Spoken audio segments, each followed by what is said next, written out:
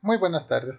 Hoy nos toca ver en estos temas de generalidades del cuerpo humano al aparato respiratorio o sistema respiratorio, que es uno de los aparatos que se va a complementar con el aparato circulatorio que ya lo hemos ido viendo en el tema anterior. El aparato respiratorio es uno de los principales sistemas que nos permite el aporte de oxígeno necesario a nuestro cuerpo para que las células puedan llevar a cabo sus procesos metabólicos. Nos permite el ingreso de aire y nos permite la eliminación de metabolitos de desecho. Si hablamos de las partes del sistema respiratorio, tenemos que dividir a este en una vía respiratoria alta y una vía respiratoria baja. Las fosas nasales, la faringe, la laringe y la tráquea son componentes de la vía respiratoria alta, dejando a los bronquios, los bronquiolos, los alveolos y los pulmones como vías respiratorias bajas. Empezamos a hablar de las fosas nasales. Estas son dos cavidades que se encuentran en el interior de la nariz, cuya función es permitir la entrada de aire, el cual se va a humedecer, se va a filtrar y se va a calentar. Y esto lo va a realizar a través de estructuras que llamamos cornetes. Cabe mencionar que tenemos tres cornetes dentro de la cavidad nasal, que son el cornete superior, el cornete medio y el cornete inferior. La segunda estructura que vamos a conocer posterior del ingreso del aire a través de las fosas nasales es la faringe. Este es un conducto muscular que forma parte del aparato respiratorio y también del aparato digestivo, pues conduce el aire hacia la laringe y el alimento hacia el esófago. Esta estructura consigue separar tanto el camino del alimento del camino del aire, mediante una estructura que se la conoce como epiglotis y que va a funcionar como una verdadera válvula que va a permitir el paso de aire y se va a cerrar cuando el alimento pase al esófago. El tercer segmento que vamos a encontrar del sistema respiratorio es la laringe. Este es un conducto que comunica la faringe con la tráquea, cuya función es la filtración del aire y la producción de la voz a través de las cuerdas vocales. Cabe recalcar o cabe mencionar que vamos a tener cuatro cuerdas vocales, dos superiores y dos inferiores, denominándolas verdaderas a las cuerdas inferiores y falsas a las cuerdas que se van a encontrar en la parte superior. Estas, por el movimiento de vibración, van a producir el sonido. Una vez que el aire pasa por la laringe, este se dirige hacia la tráquea. Este es un tubo músculo cartilaginoso, ya que su conformación va a estar dada por los cartílagos traqueales que tienen forma de C y el músculo constrictor de la tráquea, que va a fusionar estos cartílagos unos con otros y va a complementar la parte posterior. La tráquea va a conducir el aire desde la laringe hacia los bronquios. A medida que va descendiendo, va a tener una porción que va a estar en relación con lo que es la región del cuello y una porción torácica que va a ingresar dentro de esta cavidad. A nivel de lo que es la vértebra torácica 5 y la torácica 6, se va a producir una bifurcación de esta zona. En esta porción, la tráquea va a tener un cartílago en forma de Y, al cual se lo denomina cartílago carina o cartílago de transición. Los bronquios son dos tubos en los que se ramifica la tráquea, y estos conducen el aire justamente de la tráquea hacia los bronquiolos. Vamos a tener bronquios primarios, secundarios y intersegmentarios, o también denominados terciarios. Y depende al lado que vayamos a estudiar, estos se van a ir subsegmentando. ¿A qué me refiero? Si hablamos del lado derecho, hablamos que el lado derecho tiene un bronquio primario que tiene una dirección más vertical, es corto y es ancho. Este se va a subdividir en bronquios secundarios, los cuales son superior, medio e inferior. Estos bronquios secundarios se van a volver a subdividir. El bronquio secundario superior se va a dividir en un bronquio intersegmentario anterior, uno posterior y uno apical o superior. El bronquio secundario medio se va a subdividir en bronquio intersegmentario lateral y medial. El bronquio secundario inferior se va a subdividir en bronquios intersegmentarios apical o superior, medial, anterior, lateral y posterior.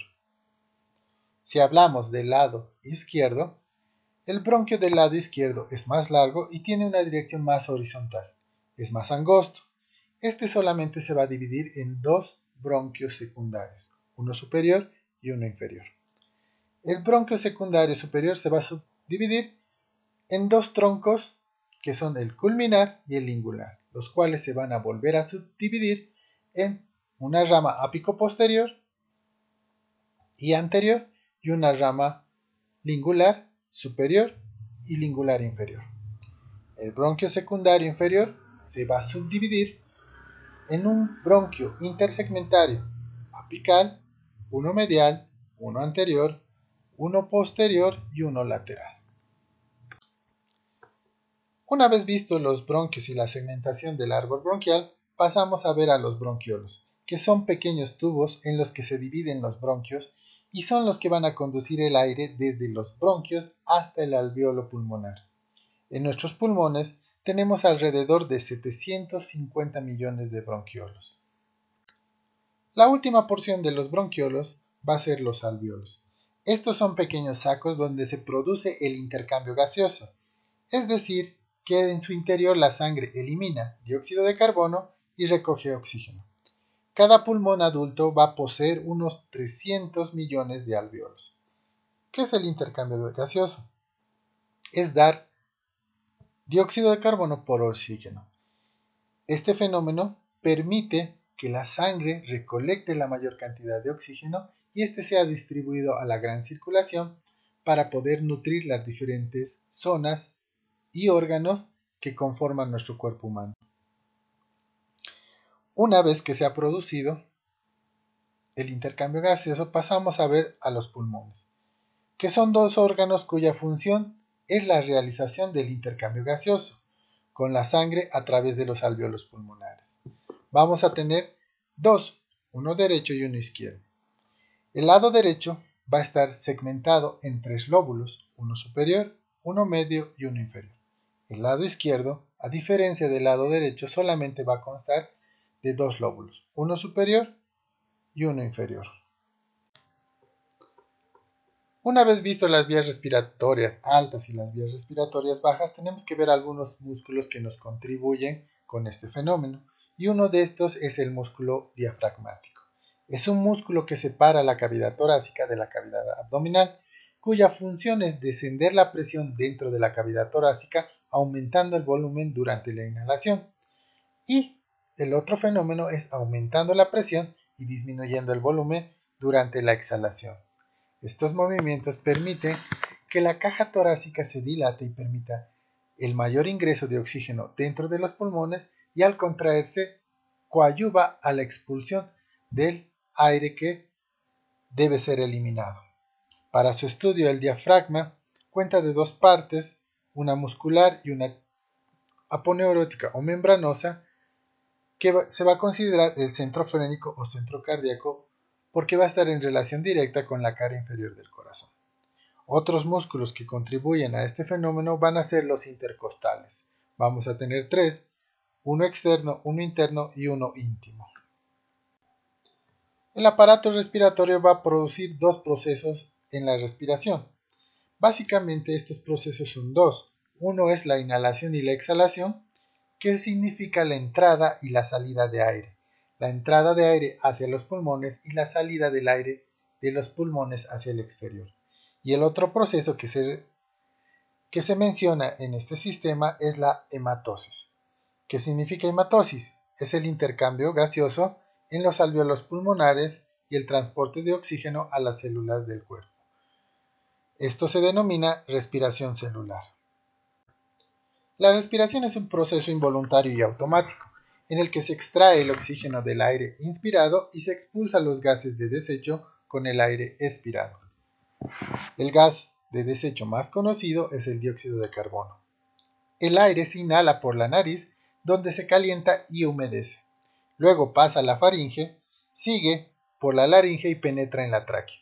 Más o menos a la mitad de la altura del pecho, la tráquea se subdivide o se divide en dos bronquios que se dividen de nuevo una y otra vez en bronquios secundarios, terciarios y finalmente en 750 millones de bronquiolos.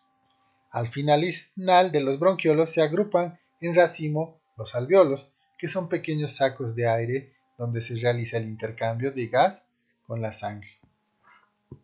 En todo este fenómeno, la respiración va a cumplir dos fases sucesivas, la inspiración y la expiración. ¿Qué es la inspiración? En la inspiración, el diafragma se contrae y los músculos intercostales se elevan. Estos se ensanchan las costillas y la caja torácica gana volumen y penetra el aire en el exterior para llenar ese espacio. Durante la expiración, el diafragma se relaja y las costillas descienden y se desplaza hacia el interior. La caja torácica disminuye su capacidad y los pulmones dejan escapar el aire hacia el exterior. Estos dos fenómenos de permitir el ingreso del aire y la expansión de la caja torácica y los pulmones va a permitir el mayor ingreso de oxígeno dentro de los alvéolos. El segundo fenómeno, que es la expiración, es la contracción de los músculos que rodean a los pulmones, haciendo que el pulmón elimine el aire contenido dentro de su estructura. Aquí podemos ver la inspiración y la expiración y podemos ver que en la inspiración la parilla costal está aumentada, permitiendo el paso de la mayor cantidad de aire dentro de los componentes respiratorios. En la expiración hay la contracción de la caja torácica y del músculo diafragmático, haciendo que el aire salga hacia afuera, eliminando el metabolito de desecho que es el dióxido de carbono. Para finalizar, quiero compartir con ustedes este pequeño video. El aparato respiratorio tiene como función principal obtener oxígeno del aire y expulsar dióxido de carbono producido por el metabolismo celular. Las vías respiratorias comunican el exterior con los pulmones, que son los órganos encargados de esta función. En cada inspiración, el aire que penetra atraviesa las fosas nasales, donde se calienta y humidifica para proseguir su recorrido a través de la faringe, la laringe, la tráquea y los bronquios hasta alcanzar la profundidad del tejido pulmonar. En los alvéolos se produce el intercambio gaseoso entre el aire y la sangre mediante un proceso de difusión pasiva de gases que tiende a igualar la concentración a uno y otro lado de la membrana alveolocapilar. Con la expiración, el aire ya pobre en oxígeno y cargado de dióxido de carbono es expulsado al exterior. El diafragma y los músculos intercostales permiten que se suceda la entrada y salida del aire.